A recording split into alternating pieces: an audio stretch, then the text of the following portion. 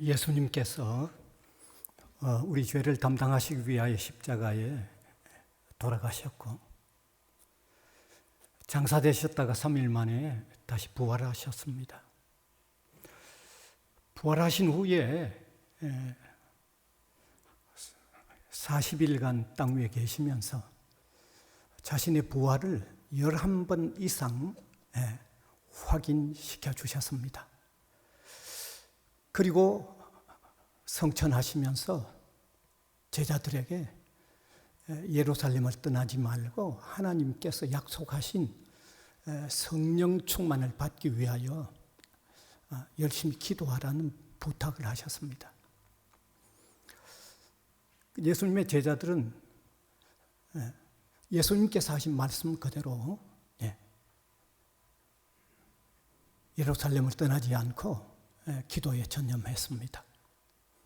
그때 성령께서 충만하게 그들 위에 임하셨습니다.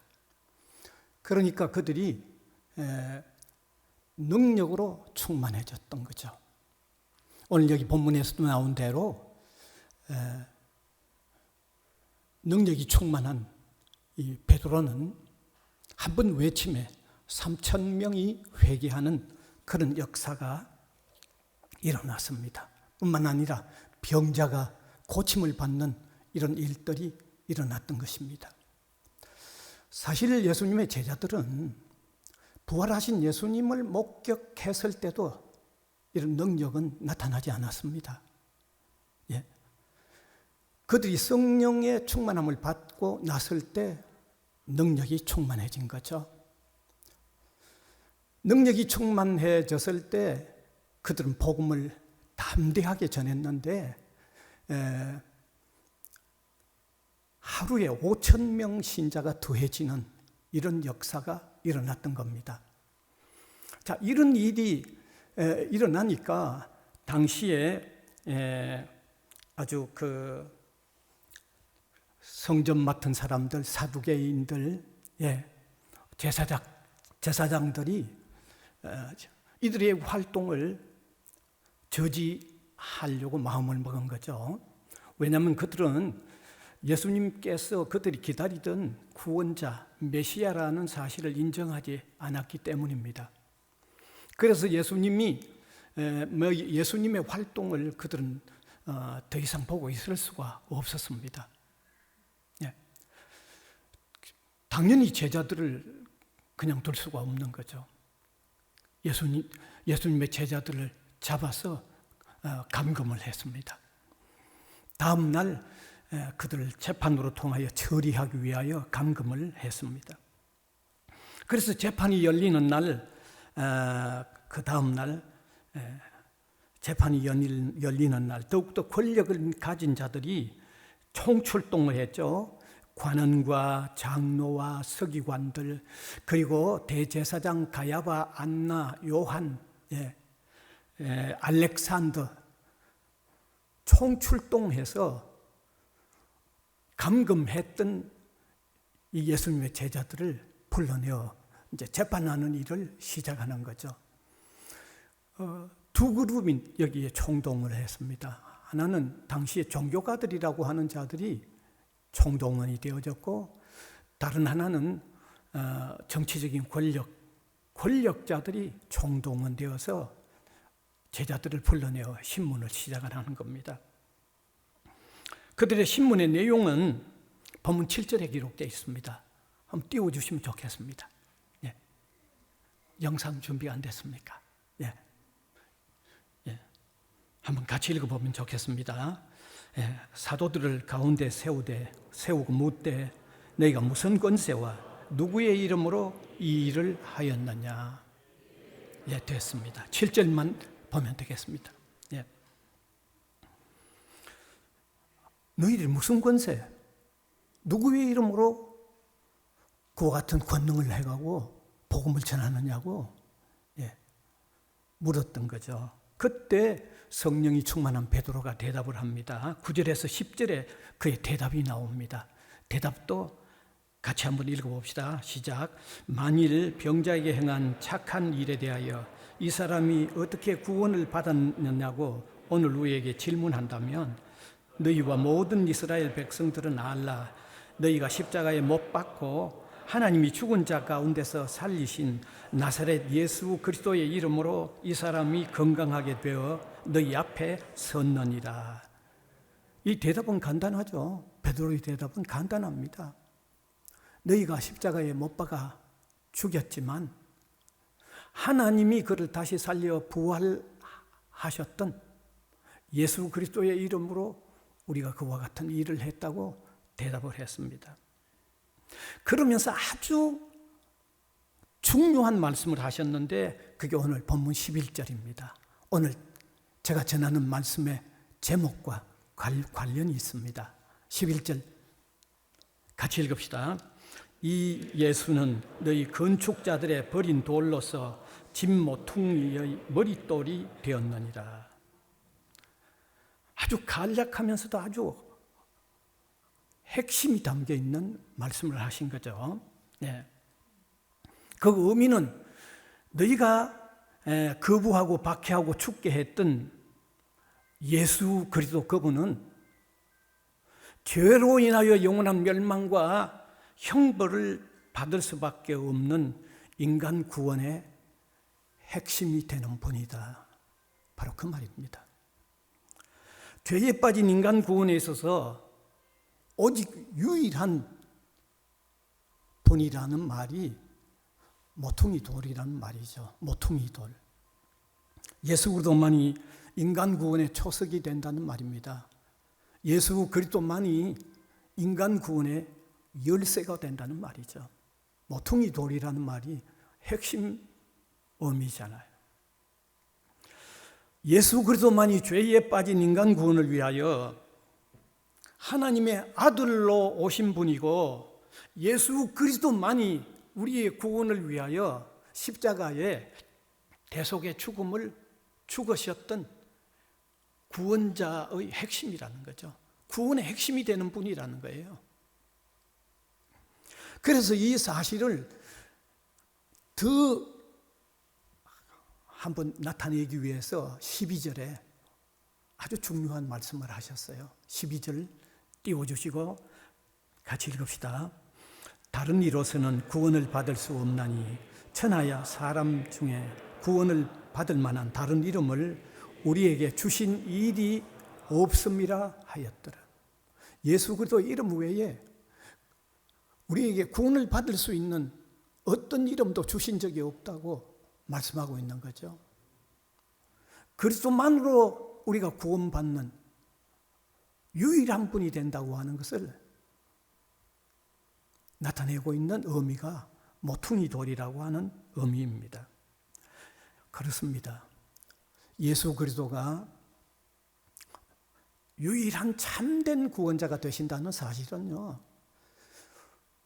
우리가 다른 종교와 비교를 해보아도 이건 너무 객관적으로 입증이 되는 사실입니다. 여러분, 저하고 한번 얘기를 한번 나눠보십시다. 다른 종교를 창시한 어떤 교주가 자신이 죽으면서 내가 너희 죄를 대신해서 죽는다고 얘기한 사람이 있습니까? 이건 우리가 기독교인이라고 하는 입장을 조금 내려놓고 객관적으로 한번 생각해 보세요. 어떤 그런 종교의 교주가 있고 창시자가 있습니까?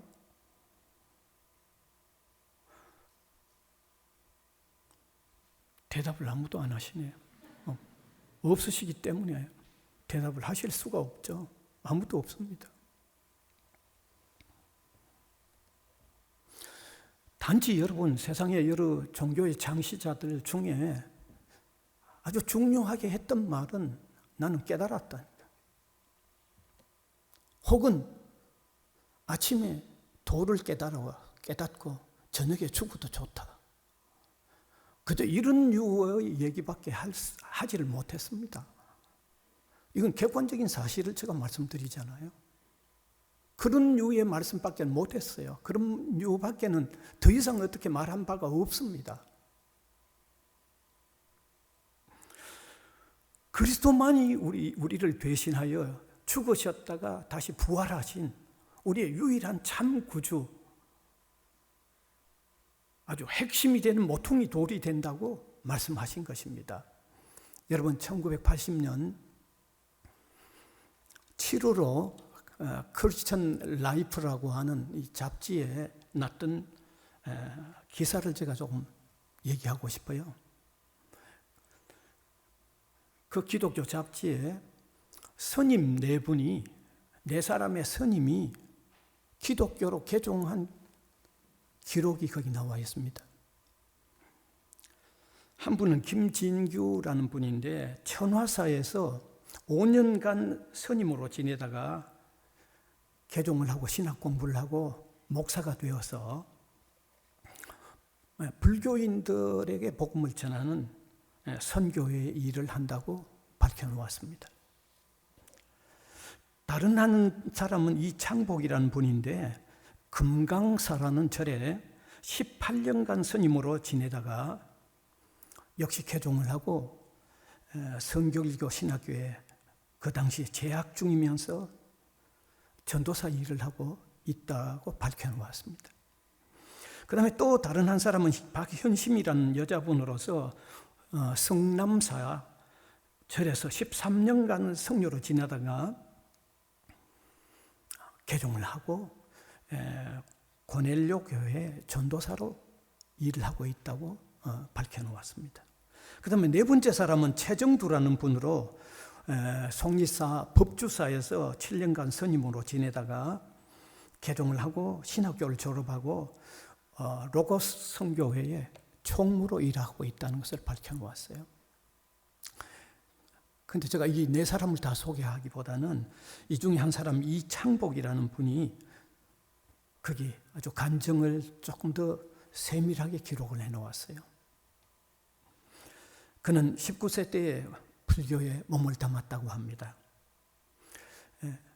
그의 친구 가운데 한 사람이 양산 통도사에서 스님으로 있었다고 합니다. 그래서 편지를 주고받는데 어느 해 여름에 시원한 통도사에 한번 다녀가라고 그렇게 편지를 보냈더라는 거죠. 그래서 방문을 했죠. 가보니까 울창한 숲, 아름다운 새소리, 맑고 차갑게 흐르는 이 냇물, 너무 좋게 보였다는 겁니다. 뿐만 아니라 거기 있는 노성의 얘기가 너무 마음에 와닿았다는 거죠. 여기 스님이 된다고 하면 생사의 모든 문제를 해결한다고 하는 그 얘기가 너무나 마음에 와닿아서 그냥 머물렀다는 거죠, 거기에요. 한 20여 일간 머물렀는데 집에서 급히 보낸 편지가 왔더라는 거죠. 아버지가 위독하다면서 빨리 아버지를 한번 만나보라고 편지가 왔더라는 겁니다. 그 편지를 받고 급히 또 내려갔어요. 가보니까 아버지가 멀쩡해요. 전혀 아프지 않으셔요.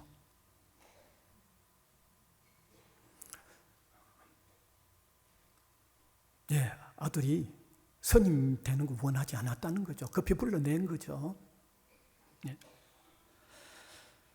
그러나 그는 한 번 마음 작정을 했던 일이기 때문에 몇 달을 지내다가 쪽지 하나만을 남기고 그대로 다시 절로 들어갔다는 겁니다. 그래서 3년의 행자 과정을 시작을 했는데 이 행자 과정이라는 것은 참 어려운 과정이죠. 나무도 해야 되고, 밥을 짓기도 해야 되고, 세탁을 해야 되기도 하고, 변소를 퍼내는 아무 힘찬, 정말 너무나 힘겨운 과정이에요. 행자의 과정이라고 그래요. 그 3년의 행자 과정을 지내면서 어렵게 지나면서 어떤 때는 지네가 나와서 잡기도 하고 또 가까이 있는 뱀을 잡았다고 해서 심한 꾸중과 고개가 땅에 닿는 이 3000번의 절을 하는 등의 힘겨운 과정을 마치고 스님이 되었다는 겁니다. 자, 그런 과정을 마치고 스님이 되니까 너무 기뻐서 그 일주문에 나와서 사진을 찍기도 하고 여러 사람의 축하를 받으니까, 축하의 인사를 받으니까 그 3년의 어려웠던 과정이 참 눈 녹듯 녹아지는 그런 어떤 경험을 했다는 거죠. 그리고 더 깊은 도를 깨닫기 위해서 이제 참선을 행하는데 선방에 들어가서 참선을 시작했다고 합니다. 그래서 한 젊음을 참선을 더 깨닫는데 선방에서 이 젊음을 보냈는데 30세가 되면서 회의가 일어나기 시작하더라는 거죠. 회의가 일어나서 견딜 수 없을 만큼 회의가 일어나더라는 겁니다. 예. 그래서 그분이 한 얘기를 그대로 한번 띄워주면 좋겠네요. 예. 아직 안 떴습니까? 떴습니까? 예, 예. 예, 안 떴네. 예. 그분의 얘기를 그대로 옮겨볼게요. 예, 제가 보냈는데, 인생은 짧고 너무나 빠르다. 과연 나는 죽을 때 후회 없이 죽을 수 있을까? 참 인생의 본질은 무엇일까? 인간은 연약하고 어리석고 불완전한 존재이다. 그런 존재가 자기 능력으로 부처가 될 수 있을까? 제가 그대로 옮겼어요. 그분이 적어놓은 그대로 옮겼습니다. 아무리 생각해도 불가능하다는 생각밖에 떠오르지 않았다는 거죠. 그러다가 그가 복음에 접하는 기회를 가졌다는 겁니다. 요한복음 14장 6절을 접하게 됐다는 거죠. 그분의 간증에서 어떻게 성경을 그렇게 읽게 됐는지까지는 나와 있지 않아서 제가 더 이상 세밀하게 얘기할 수 없지만 요한복음 14장 6절 띄워주시면 너무 잘 아는 얘기죠. 예. 없습니까? 내가 곧 길이요 진리요 생명이니 나로 말미암지 않고는 아버지께로 올 자가 없느니라고 하는 이 성경 말씀을 접하게 됐다는 거죠. 그러면서 여기에서 하는 길이 있다. 이것은 진리다. 그렇게 깨닫고 있는데 앞에 제가 처음 소개했던 김진규라는 분이 이미 먼저 개종을 하고 목사가 되어 있었는데 그분과 연락이 되어져서 개종을 하고 내려왔다는 거죠. 그가 그처럼 오랫동안 체험하며 느낀 것은 저는 솔직히 불교를 폄하하려고 지금 얘기하는 건 아닙니다. 그분이 한 얘기를 그대로 소개하고 싶을 뿐입니다. 오랫동안 체험하며 느낀 것은 그분의 얘기입니다. 불교에는 생명이 없다는 겁니다. 부처는 신이 아니라 연약한 인간이고 인간으로 태어나서 인간으로 죽었기 때문에 석가는 인간을 구원할 수 없다는 겁니다. 그분의 얘기를 그대로 제가 옮겨놓습니다. 그리고 내세도 분명하지 않다는 거죠. 아니 불교 오랫동안 몸담아 있으면서 자기가 깨달은 것은 내세가 분명하지 않다는 거죠. 뿐만 아니라 많은 불교인들이 그대 윤회설을 말하지만 실제로 윤회설은 믿는 것 같지 않다는 거죠. 윤회설을 말하지만 윤회설을 믿는 것은 아닌 것 같다는 얘기죠. 뿐만 아니라 많은 스님들 가운데 불교의 진리를 정확하게 아는 사람들도 있는 것 같지 않다는 거죠. 그분의 얘기를 제가 그대로 옮겨 놓았습니다.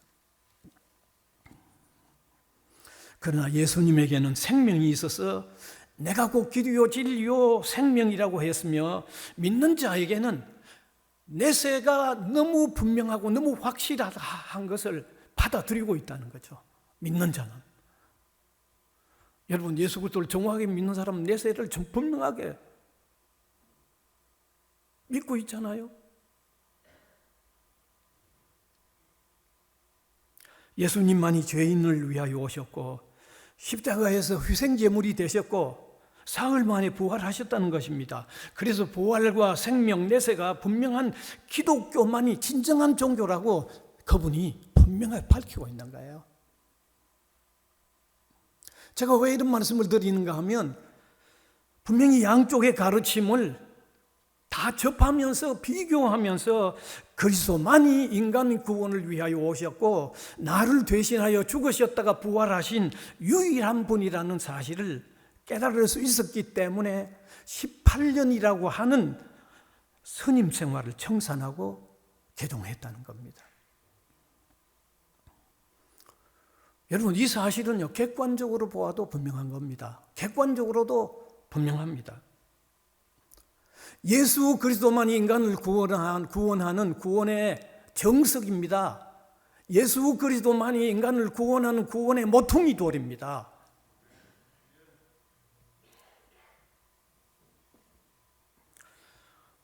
오늘 이 시간에 사랑하는 여러분,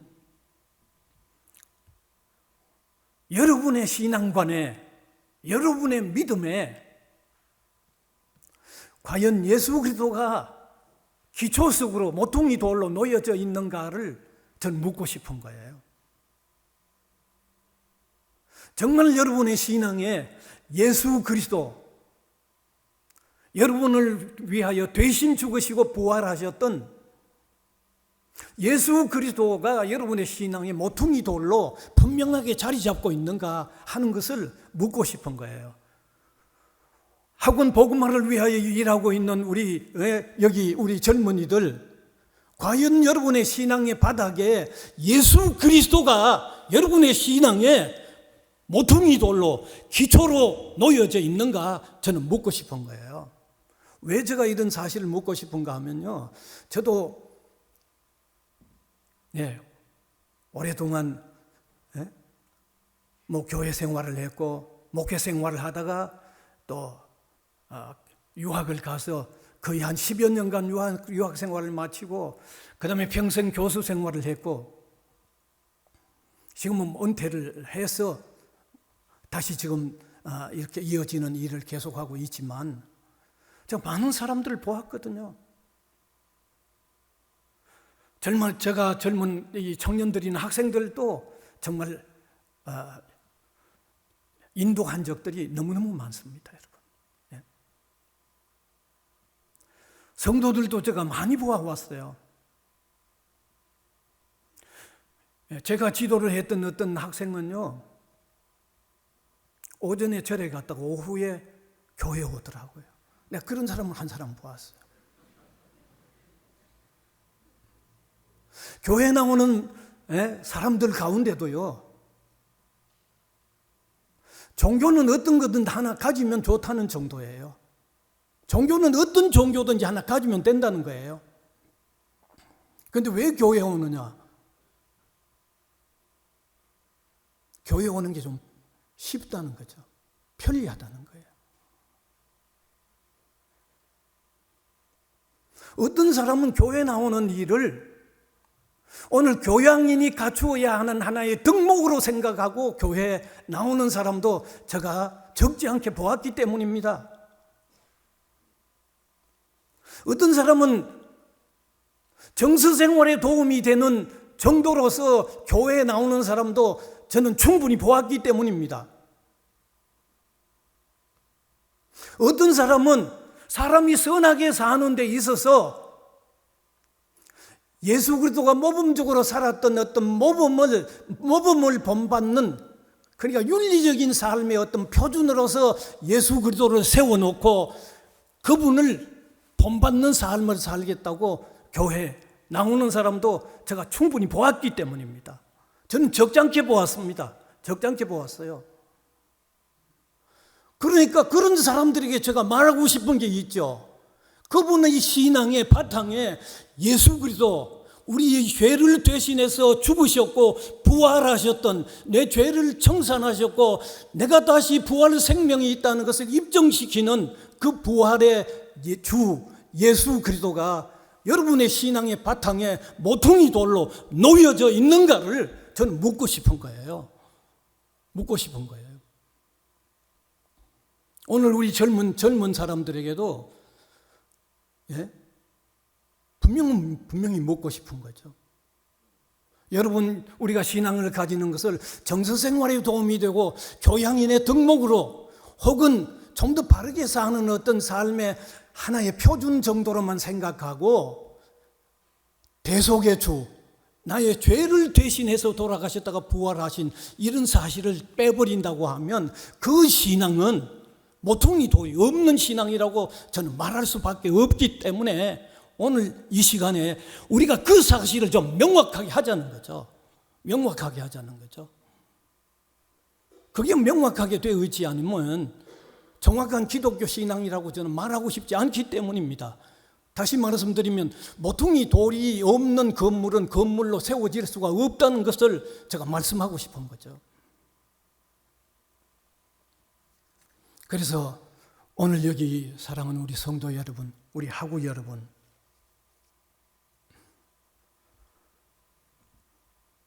다시 한번 우리가 확인하고 확신하십시다. 예수 그리스도, 그분은 나의 죄를 대신 담당하여 죽으셨고 부활하신 우리의 유일한 구주라고 하는 이 사실을 분명히 좀 확인하고 이 확인 위에 우리가 확신하는 신앙을 가질 수 있기를 바랍니다, 여러분. 이 신앙 가지시기를 바랍니다, 여러분. 자, 이처럼 모퉁이 돌이라고 하는 중요한 말씀을 하셨던 베드로가 그가 쓴 다른 한 성경에 모퉁이 돌 얘기를 하나 더 하고 있습니다. 그것이 베드로전서 2장 6절입니다. 베드로전서 2장 6절 같이 한번 읽어보면 좋겠습니다.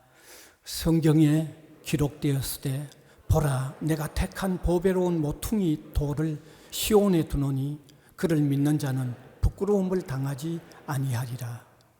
이 말씀, 앞에서도 모퉁이 돌이라는 말을 했지만 여기 베드로전서에도 모퉁이 돌이라는 얘기를 하고 있는데 이 말씀 역시 중요합니다.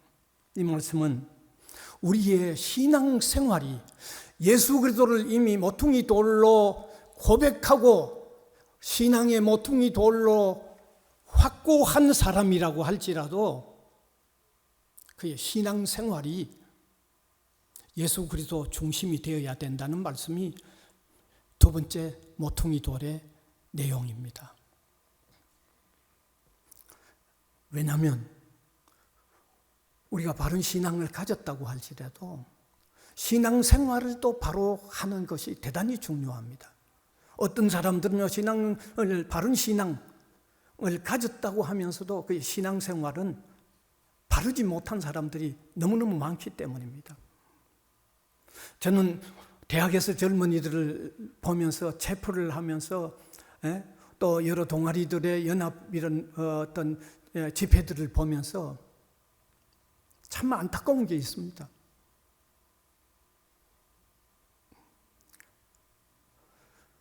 정말 찬양을 할 때는 얼마나 뜨거운지 몰라요. 제가 많이 보아왔던 일이거든요. 찬양을 할 때 너무너무 뜨겁고 정말 거기에 정말 불이 일어나는 듯 뜨거운데 찬양을 마치고 나가서 있는 곳에서 생활하는 신앙생활은 찬양하는 것 같은 뜨거움이 보이지 않는다는 얘기죠. 진지한 신앙생활을 하지 않는다는 거죠. 예수 그리스도 중심, 예수님의 말씀이 토대로 되어져 있는 신앙생활은 진지하게 하지 않는 모습들이 너무 많다는 거죠. 뿐만 아니라 오늘 우리 교회 성도님들에게도 예외일 수는 없는 모습을 너무 보는 거죠.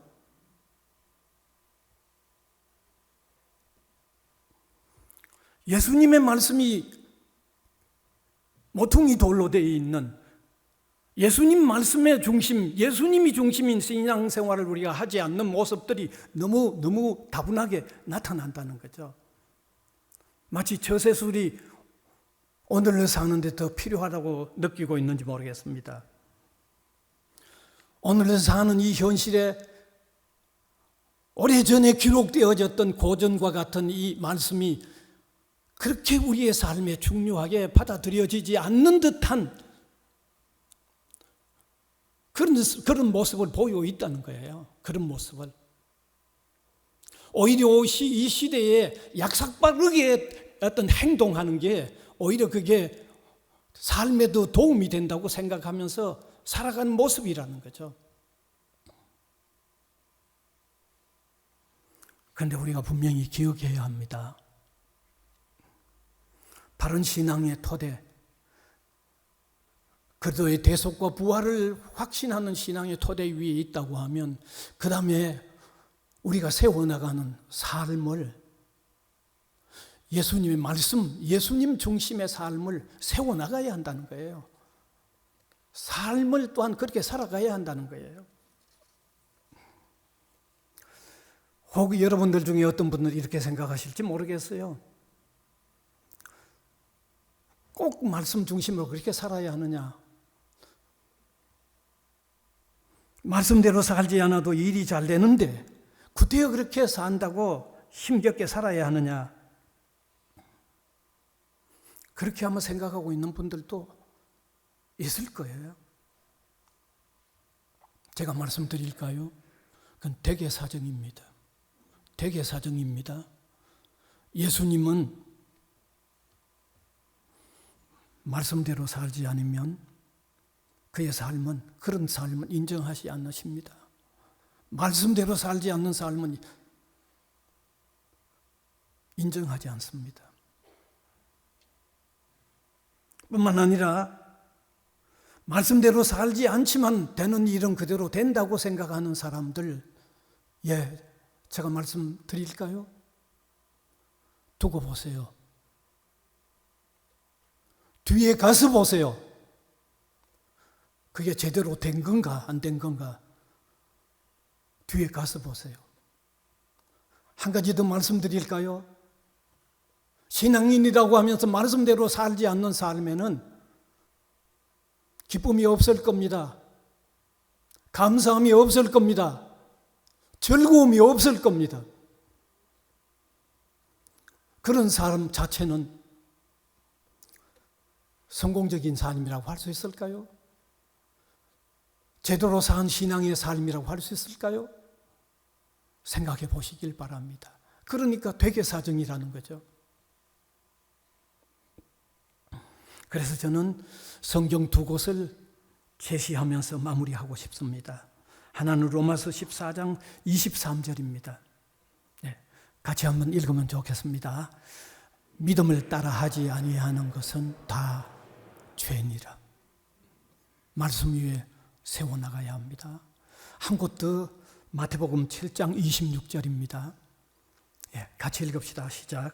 나의 이 말을 듣고 행하지 아니하는 자는 그 집을 모래 위에 지은 어리석은 사람 같으리니 비가 내리고 창수가 나고 바람이 불어 그 집에 부딪히매 무너져 그 무너짐이 심하니라.